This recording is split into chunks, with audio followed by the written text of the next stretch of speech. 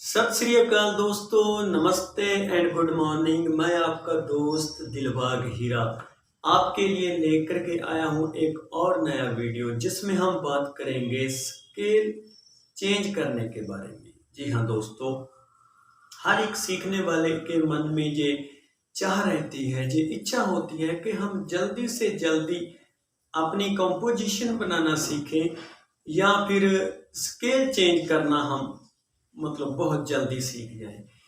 इसी बात पे हम आज बात करेंगे कि स्केल को पहले समझा कैसे जाए, फिर उसे चेंज कैसे करते हैं, क्या ट्रिक्स होते हैं जिसे हम समझ करके स्केल्स को चेंज करना सीख जाएंगे। सबसे पहले हमें जिस भी सॉन्ग को सुनना है उसे अच्छे से सुनना चाहिए।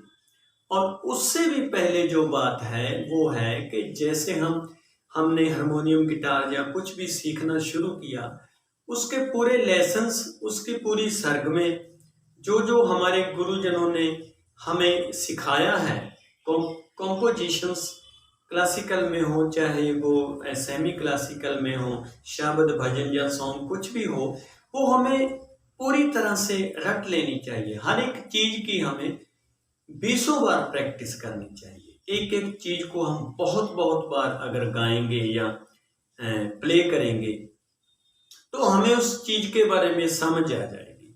और जब हम ये चीजें कर लेते हैं, कई महीने हमें इन चीजों में लग जाते हैं दोस्तों। ऐसे नहीं है कि कुछ दिनों में ये हो जाता है, बट जो मेहनत करते हैं उन्हें समझ आ जाता है कि हाँ इतना टाइम लगेगा। और ये प्रोसेस वाइज वो चलता रहता है, स्टेप बाय स्टेप, फिर वो चीज़ें वो अपने आप समझने लग जाती हैं। हाँ, उसके बाद फिर हमारे मन में आता है कि यार हम स्केल कैसे ढूंढें किसी भी सॉन्ग का, किसी भी शब्द भजन या कुछ भी हो, कि या हमने सिर्फ प्ले ही करना है, हमने गाना नहीं है। फिर भी हमारे मन में होता है कि हम स्केल ढूंढें, क्योंकि स्केल ढूंढना थोड़ा कठिन होता है, बट जैसे जैसे हम प्रैक्टिस करते जाते हैं वो हमारे दिमाग में चीज़ें आ जाती हैं, फिर हम वो उस चीज़ को पॉसिबल कर लेते हैं। सबसे पहले तो हमें जो भी सॉन्ग सुनना है, जिसका हमने स्केल निकालना है, स्केल निकाल के हमने उसकी कॉम्पोजिशन को हारमोनियम पे या गिटार पे या किसी भी और इंस्ट्रूमेंट पे उतारना है। उसके लिए सबसे पहले हमने उस सॉन्ग को सुनना है अच्छे से। सॉन्ग को सुनते सुनते ही हमें कम से कम 50% गेस आ जाना चाहिए कि ये सॉन्ग किस ऑक्टेव में बज रहा है। जैसे हम हारमोनियम, पियानो की अगर बात करें तो हारमोनियम पे 3 ऑक्टेव होते हैं। पहला ऑक्टेव मंदर सप्तिक, दूसरा मध्य सप्तिक और तीसरा तार सप्तिक। कम से कम हमें सॉन्ग सुनते सुनते ये जजमेंट लगा लेनी है कि ये सॉन्ग किस ऑक्टेव में चल रहा है, किस ऑक्टेव में कितने स्वर हैं। ऐसे नहीं होता है कि एक ही ऑक्टेव में ज्यादातर सॉन्ग पूरे हो जाए, ऐसा भी नहीं होता। हाँ, कुछ सॉन्ग पुराने हमारे बॉलीवुड के या नए भी ऐसे हैं कि तीनों ऑक्टेव में चले जाते हैं। मंद्र में भी कुछ नोट्स आते हैं, मध्य में तो रहता है और तार सप्तक में भी वो चला जाता है। ये जजमेंट हमने लगानी। और दूसरा कि ये सॉन्ग का जो बेस मेन नोट है, जो पहली लाइन है, उसमें सिंगर कहाँ आके रुकता है। अगर जैसे फॉर एग्जाम्पल हम कोई सॉन्ग लें, अभी मैंने हारमोनियम पे नहीं उतारा, बाद में आपके साथ ही मैं इसको हारमोनियम पे उतारने की कोशिश करूंगा। स्केल ढूंढेंगे। होठों से छू लो तुम मेरा गीत अमर कर दो। अभी इस सॉन्ग की इस लाइन में मैं कहां से मैंने शुरू किया और कहां पे मैं रुका, ये हमें गेस लगा लेना चाहिए कि ये मंदर सप्तक में कोई नोट इसका है या तार सप्तक में है या मिडिल ऑक्टेव में है। ये हमें सुन के ही जजमेंट लगा लेनी है। जी हाँ दोस्तों, ये सॉन्ग तार सप्तक में नहीं है, क्योंकि उसकी आवाज तो काफी लाउड होती है, और मंदर सप्तक में भी नहीं है क्योंकि वो बहुत डाउन हो जाता है। ये मिडिल ऑक्टेव में कहीं है, ये हमें सबसे पहले फाइंड आउट कर लेना है। इस चीज का हमें सबसे पहले मतलब अंदाजा लगा लेना है, फिर हमारा आधा काम तो ऐसे ही हो जाएगा, गेस वर्क हो गया।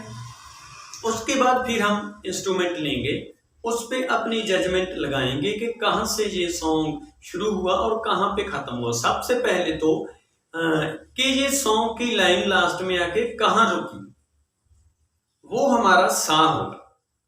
जैसे फिर से वही, होठों से छू लो तुम, मेरा गीत अमर कर दो। ये जहां पे मैंने ये शब्द बंद कर दिया, मेरा गीत अमर कर दो, ये दो, ये हमारा इस सॉन्ग का सा है, जो मैंने अभी जिस स्केल से मैंने भी गाया। ओरिजिनल स्केल में कोई और स्केल इसका हो सकता है, जहां हम किसी भी स्केल में गा सकते हैं, 12 स्केल्स होते हैं, बट अभी जो मेरे दिमाग में आया कि मैं यहां से गाऊं, सो हमें अभी इसी के हिसाब से स्केल ढूंढना है। मेरा गीत अमर कर दो, ये वाला साउंड हमें दिमाग में याद रखना है कि वही फिर हम हारमोनियम पे फाइंड करेंगे। सबसे पहला हमारा काम ये हो जाता है कि हमने ऑक्टेव सोच लिया कि इसमें मंदर सप्तक भी नहीं है, तार भी नहीं है, मिडिल ऑक्टेव में कहीं है, और मिडिल में कहाँ है, पासे ऊपर है या पासे नीचे, फिर हमारा काम और आसान हो जाएगा। ये हमें कैसे लगा देना, फिर उसी हिसाब से हम नोट्स हम ढूंढेंगे, और जो हमारा स्केल है वो हमने याद रखना है दिमाग में। मेरा गीत अमर कर दो, उसे चाहे आ में बोलो, किसी भी आकार में बोलो, वो हमारा सा हो जाएगा, हमने उसे ढूंढना है। ये हमें ढूंढना है। सबसे पहले मैं अंदाजा लगाऊंगा, और उसके बाद अगर गलत होगा वो नोट तो फिर मैं जल्दी से उसे चेंज करूंगा।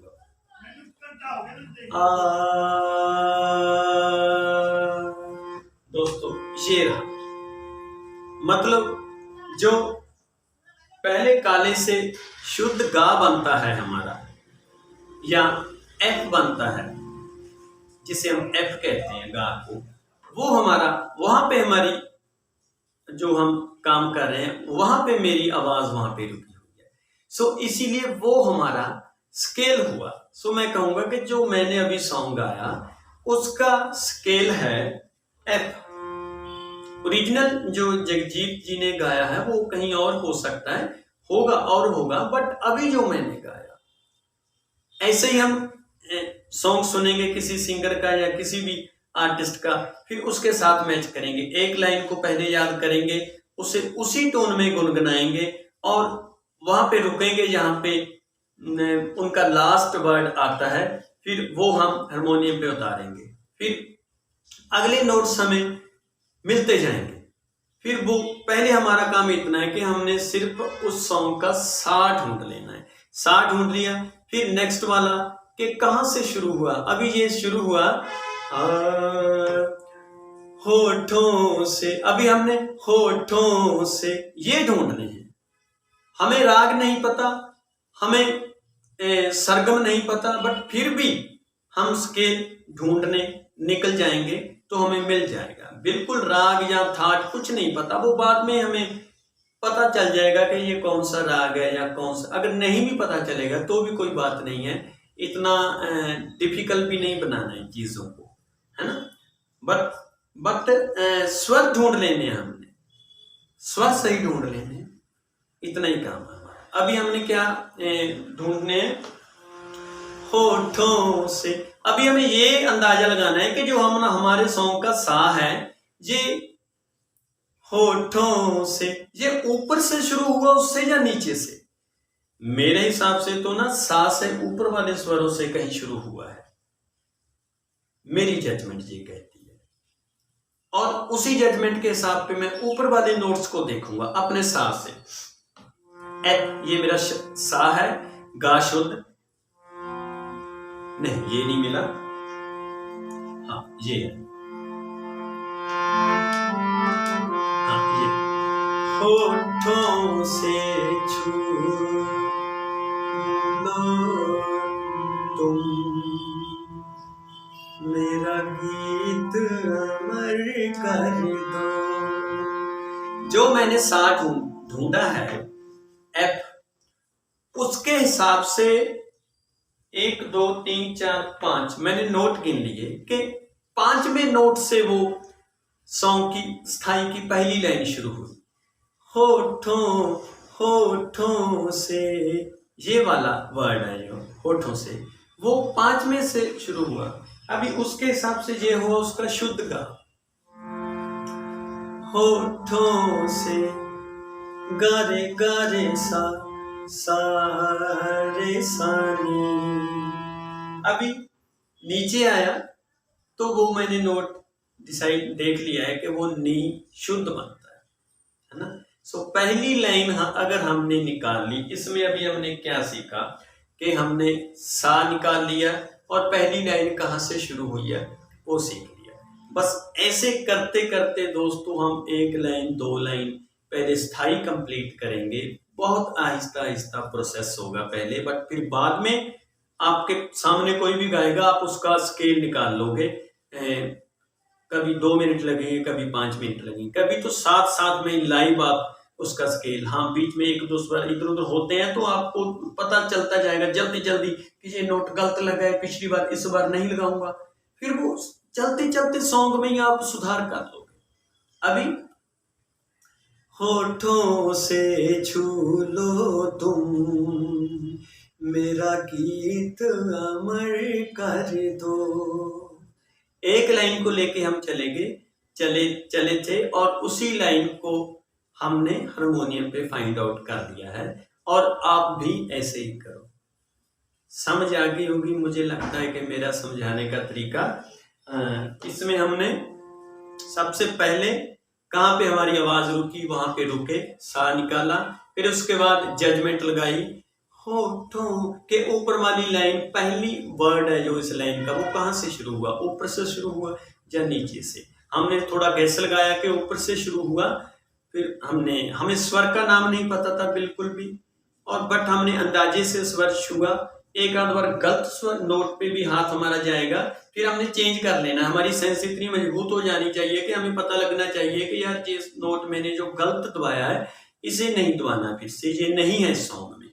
फिर उसके पास वाला जजमेंट से या उसके पास वाला छुएंगे, फिर हमें पता चल जाएगा। फिर इसी तरह करते करते हमें पता चला कि ये सा से जो गा नोट बनता है, मतलब उससे इसका पहला अक्षर जो इस लाइन का है वर्ड वो शुरू हुआ है, और उससे हमारी कंपोजिशन की पहली लाइन कंप्लीट होगी, और इससे हमारी नींव धरी जा चुकी है सॉन्ग की। और इसके आगे आगे नेक्स्ट लाइन, फिर नेक्स्ट लाइन, फिर अंतरे की लाइनें, है ना, जैसे जैसे इसी मेथड के अकॉर्डिंग फिर हम ढूंढते जाएंगे। इसी तरह हम सॉन्ग कंप्लीट कर लेंगे। सॉन्ग के बाद हम बीच की टोन्स होती हैं, जो म्यूजिक होता है, क्योंकि बेसिकली जो सॉन्ग होता है लगभग ज़्यादातर 90% उसी राग में मतलब होता है कि वो बीच की टोनें होती हैं, जो म्यूजिक होता है उसी राग में। बट कई मतलब सॉन्ग्स में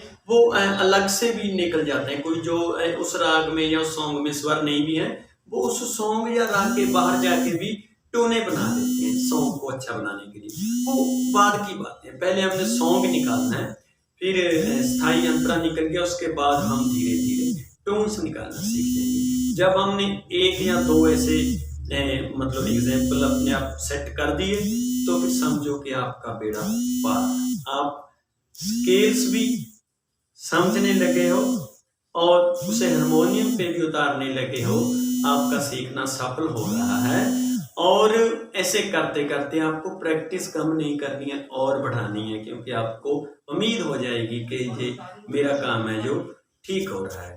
सो दोस्तों, कैसा लगा हमारा ये वीडियो, ये मुझे कमेंट बॉक्स में कमेंट करके जरूर बताना है, और इस चीज को फॉलो करके प्रैक्टिस करना है और मेरा चैनल जरूर सब्सक्राइब करें, बेल आइकन भी दबाएं ताकि मेरे आसान से लेसन जो मैं आसान तरीके से समझाता हूँ, बहुत ज़्यादा गुंजलदार तरीके से मैं नहीं समझाता हूँ।